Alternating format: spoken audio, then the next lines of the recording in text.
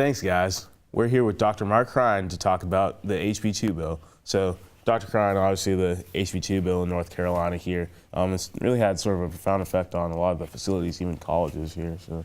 Yeah, absolutely. It's had a real impact on the sport economy in North Carolina, and probably no place has that impact been felt more strongly than in Greensboro, right down the road from our campus. Greensboro brands themselves as Tournament Town. They've made a real effort of becoming a permanent home for the ACC Women's Tournament.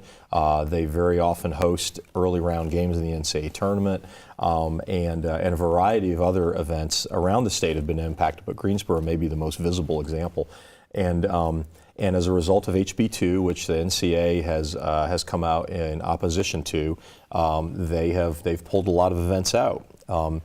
However somebody feels about the politics of the issue, which obviously there's very strong emotions on both sides of this issue, the economic impact is not debatable. The fact is that there are thousands of people that did not travel to Greensboro for the ACC tournament, the women's tournament this year, thousands of people that didn't come for NCAA tournament games, and this impacts hotels, which don't have as many rooms filled, restaurants, everything down to wait staff, bus boys, people who work part-time at the Coliseum parking cars, local vendors like t-shirt companies and apparel companies that may have produced merchandise for these tournaments.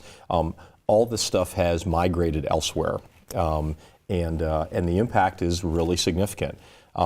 Now the college sport scene has been impacted, and of course we've also seen North Carolina lost the NBA All-Star Game, which typically is calculated to be in the tens of millions of dollars in economic impact. And again, hotel rooms packed in Charlotte on that weekend, parties, clubs filled with people, media people in town, spending money, eating in restaurants, and this has been really an economic loss for North Carolina. And one of the unfortunate things is you can't get that back. That it's come and gone. Sport is perishable, as we teach in our classes, and those events have come and gone.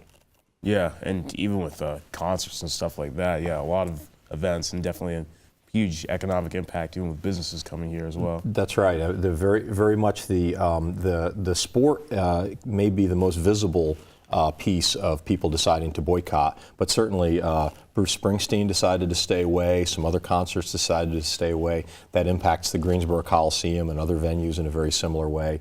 And we have seen some businesses decide to stay away. Ironically, one of the reasons that communities want sport, one of the reasons you want, say, an NBA team, if you're Charlotte, is to have the prestige of being a big league city.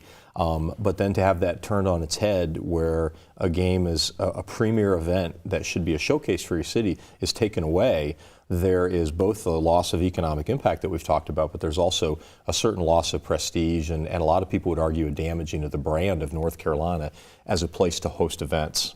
Yeah, and we'll see how the bill sort of develops going forward in other economic events in North Carolina.